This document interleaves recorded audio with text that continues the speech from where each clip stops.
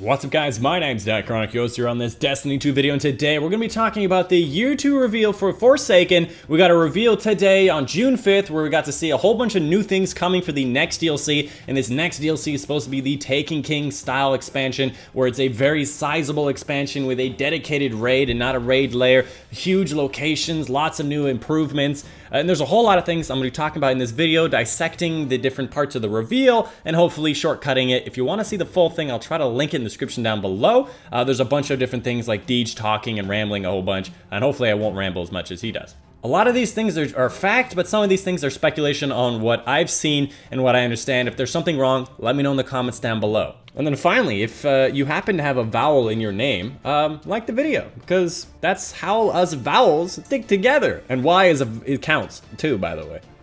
Damn Amy's. Also, puppies.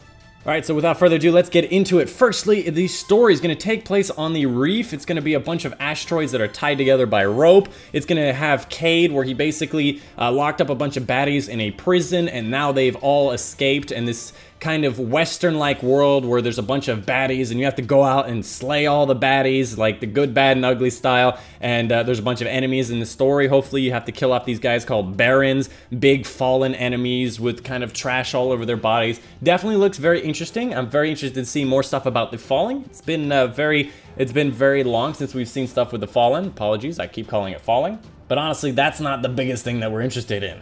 First off, let's talk about the new slot system. Right now, we have things like kinetic, energy, and power slots, and they can only exist in their particular slots, and a lot of people dislike the fact that snipers and shotguns are in the power slot, and you have to do so much work to get the ammo for them, whereas in Destiny 2, we had them in the secondary slot. What it seems like they're doing is they're adding weapons of the same types from power slot, as well as energy slot, into the other slots. So now you can have shotguns in all three slots. I'm not exactly sure it's gonna work. It doesn't seem like you can move like stuff from the power over to the other ones, but it seems like there will be shotguns in all the slots and perhaps snipers in all the slots, and we'll have to wait to see exactly how it works. I did see one image where I saw 2 kinetics and then 1 power weapon. Perhaps that has to do with the way ammo works, but this is not extremely clear. But it's definitely super exciting to see some changes. I personally preferred the current system, but I haven't tried the new system, so we'll have to wait and see how it works. Perhaps it will be better to make a better loadout. Speaking of new guns, there's a whole bunch of new guns that they showed off during this video, a couple in particular that caught my eye. Firstly, the exotic rocket launcher called the Twin Rabbit. Shoots out 2 rockets of 2 different types, I think it was solar and void, could be wrong, that track onto the target. There was some point in the trailer, or the VDoc, where I actually saw a rocket launcher shoot 2 rockets out of the sky, and it curves through the air and hit a target, and I assume that is the Twin Rabbit. So I'll have to find that, hopefully I do find that. And this rocket looks dope, including a whole bunch of other weapons that we saw that weren't particularly interesting. They didn't have new perks. If you saw new weapons that I didn't see, let me know in the comments down below, as well as the timestamp maybe in my video or in the VDoc video, and I'll add it to the pinned comment at the top in case you guys wanted to see extra stuff. I add things to the top pinned comment that I'll write if I forgot something, which I usually do. On top of the new weapons, there's a new weapon type called the bow. And we now have something that's hopefully not exactly the same as the linear fusion rifle, where you charge up a bow shot and you can let one rip. Hopefully does incredible damage, considering it's a projectile, takes time to get to the target, as well as the fact that it's a bow and you have to charge it. It looks interesting, but it kind of looks like they're trying to ape Far Cry. Is that just me? We'll have to wait and see exactly how it works out. It should be fun. It definitely looks entertaining. Next up, let's talk about some armor changes. There's obviously a bunch of armors that you can get throughout. We don't know what the raid armor looks like. We don't know what perhaps the other exclusive armors, maybe an Escalation Protocol type armor, maybe a Gambit type armor, which we'll be talking very shortly. But we do know is that they're improving their mod system, making them more interesting. There's one in particular on this class item here where it increases your damage, but it also increases the damage you take. So there might be interesting trade-offs that we can do with mods instead of them just being so uninteresting as they are. Perhaps that's only going to be for class items, but they did mention how they were going to have things like that. Coming up next, let's talk about the new supers. They're not going to be new supers, like new type damages. It seems like they're going to be just like a new tree inside of the existing supers, a new node that you can select. Instead of just an option of 2, you will now have 3 inside that particular. For the Titan, we have a new smash class that looks like a one and done, not a roaming smash, that should do a lot of damage for the arc subclass. As well as on the Titan, we have a new hammer subclass tree, which is a double-handed hammer, similar to the way Lord Saladin had in the Rise of Iron campaign, which looks pretty cool. It seems like it's a somewhat of a smash version of the hammer. Next up, the Hunter. They have a new Solar Gunslinger subclass tree, which is a kind of kunai throwing a bunch of throwing knives. It might be somewhat of a shotgun throw or maybe just a damage. I'm not sure how it's going to work. Hopefully it's similar to the kunai from Borderlands 2, where it makes everyone a lot more vulnerable to attacks or something. Also on the Arc subclass of the Hunter is going to be a new Arc Staff where it's a very defensive class where you can block shots and make them reflect back to the target. We'll have to wait and see exactly how that works. It doesn't seem particularly interesting. The Warlock with the cool new subclasses. The Warlock, honestly, is the one that looks the coolest in my opinion. Firstly, for the Void, has a subclass where you can kind of blink teleport around, which would be really cool in PvP. And then finally, a self-destruct ability where you don't die, but it's kind of just emanates from your body, where it explodes all around you. Very anime, like teleporting a whole bunch and then just exploding from your body. Looks very cool, very interesting. Can't wait to see how that pisses me off in PvP. And then finally, the last one that I saw, again, I don't know if I saw all of them, is going to be the new Arc subclass node for the Warlock, which is going to be like a beam of energy that you summon from your hand that's just like a and you just, I don't know how to describe it. It just looks cool, and I can't wait to see how much damage you can deal with it, and hopefully it'll be a better version of Stormcaller, because right now Stormcaller sucks balls. While reviewing the footage, I actually just noticed a new tether super from the Hunter, which is like a kind of an old arc blade kind of thing where you have just daggers, but it definitely is the tether super. You can see in the bottom left, it is the tether, it is a super being activated, and they didn't mention it when they mentioned supers, so it makes me believe that there might be 2 more supers that I didn't see. A Void one for the Titan, and a Fire one for the Warlock. So there's probably 1 or 2 of those in there that I actually just didn't see, so apologies, I still can't find them. And as a last note about that, I think I saw at one point a Warlock slam a fire sword into the ground, but I wasn't sure if that was just a new exotic sword or something else. And finally, I saw a bunch of scenes with a Titan and a Void sword. This could be the new Sentinel version. Instead of like a shield, it's like the sword. But again, that could be an exotic sword. I'm just not sure.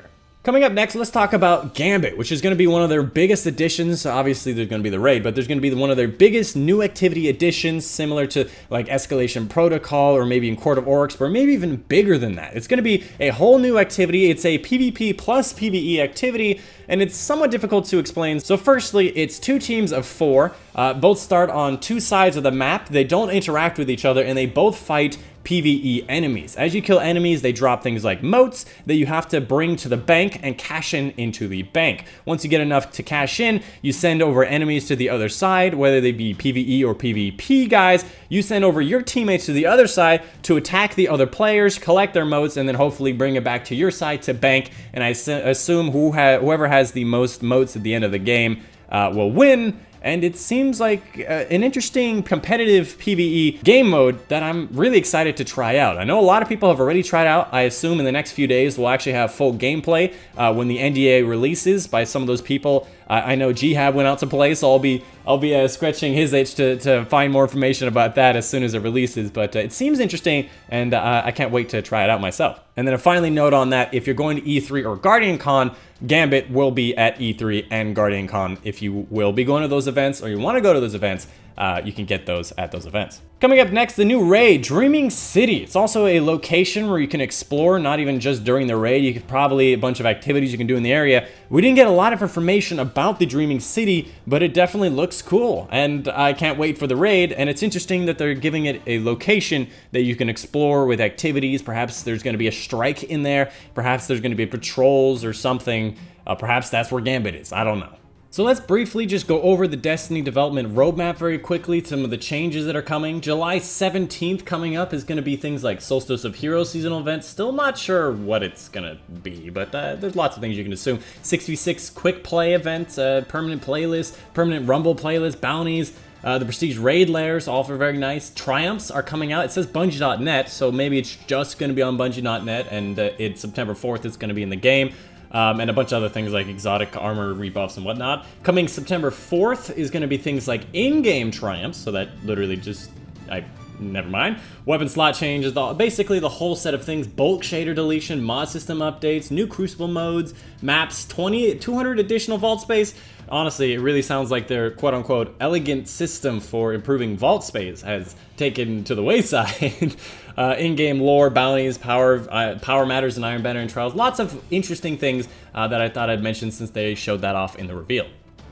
The last section is going to be stuff from your inventory, collections in your inventory. You can now get things directly from collections. You can see them on the go, what you have and haven't collected, including legendary stuff, sparrows, ghosts, all the stuff that you would want to collect. It's all going to be there. You can spawn in, hopefully, however many you want, and you no longer have to go directly to the vault to get the specific Nightfall emblems that you need to equip for certain strikes. Next up, triumphs. It's going to be like the achievement-based systems where you'll get better and better emblems. Maybe you'll get armor drops and whole sets. As you get more and more things, it'll add up. This is basically like the achievement whore's dream. They had it in Rise of Iron, as well as I think another DLC, Wrath of the Machine. It was awesome. I love record books. I absolutely love them. I love hunting them. I love doing live streams hunting them. I love making videos of how to do the best farming strategies for them. I am excited for triumphs, probably more than the average person, and I can't wait for it to come out. And then the last part is gonna be the pricing and annual pass. Annual pass is gonna be their mini DLC rollout alongside their regular DLC rollout. It seems like they're gonna be giving us like an annual pass where it's a bunch of small little mini DLCs they're gonna be releasing throughout the year that we'll have to wait and see what it is, because they've told us next to nothing about it. Right now we have a winter one called Black Armory, a spring one called Joker's Wild, and a summer one called Penumbra. It seems like it's going to be a maybe between Raid Lair and Faction Rally size DLC, and there's 3 of them throughout the year that you actually have to pay money outside of paying money for the regular DLC, which is why a lot of people are upset about it. And right now there are 3 versions of this DLC for Forsaken. There's just Forsaken DLC. There's the Forsaken plus the annual pass, and then lastly there's Forsaken plus annual pass plus a bunch of other things like emblems, sword, ghosts. I'll be putting all those stuff as well as the pricing on screen that I have found. In general, I'm a little disappointed. We have no idea what's in annual pass. So right now, you may be tempted to pre-order or get the top version immediately, but I would warn you, we have no idea what's in annual pass. So perhaps you should just wait. And there's really no harm in waiting because it's digital copies. They're not going to say we're not going to take your money for an annual pass. So if you're thinking about getting the DLC, maybe pre-order that. If you're thinking about getting the annual pass, maybe wait. Maybe because there's no, there's no problem waiting until the day before. And in general, people are very upset, myself included, by the pricing of these things, especially considering, again, we have no idea what the annual pass is. But anyways, that's pretty much the video for you guys today. Hopefully, I gave you some information, some insight on what's going on. Perhaps I was quicker than watching the whole 40-50 minute VDoc live stream that they had, and let me know if I missed something. I'll add it to the pinned comment again. If there's something that you noticed that I didn't notice, let me know. I'd love to know about it. And lastly, if you enjoyed, make sure you leave a like down below, subscribe for more Destiny 2 news and top 5s and awesome guides in the future. Anyways, I've been your host, Dychronic. I hope you guys did enjoy. My name's been Dychronic, and I'll see you guys on the next one.